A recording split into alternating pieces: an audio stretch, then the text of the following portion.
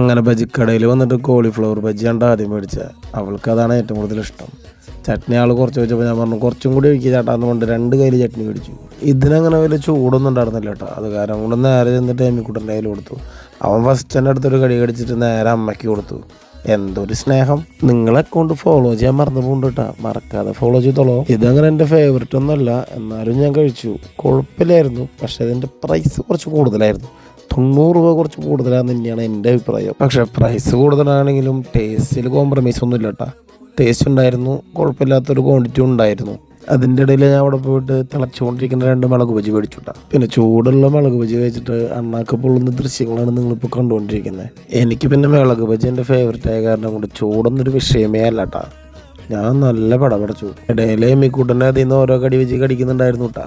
Video എടുത്തോണ്ട് ചക്കര പറയുന്നുണ്ട് കേട്ടാ, മുളക് ബജി നല്ല എരിവുണ്ട്, അപ്പുറത്ത് പോയി ഐസ്ക്രീം ഉണ്ട്, ഐസ്ക്രീം കഴിക്കാന്ന്. വേഗം വായോ. മുളക് ബജിയും കഴിച്ചുകൊണ്ട് അവിടുത്തെ പരിപാടി അവസാനിപ്പിച്ചു കേട്ടോ.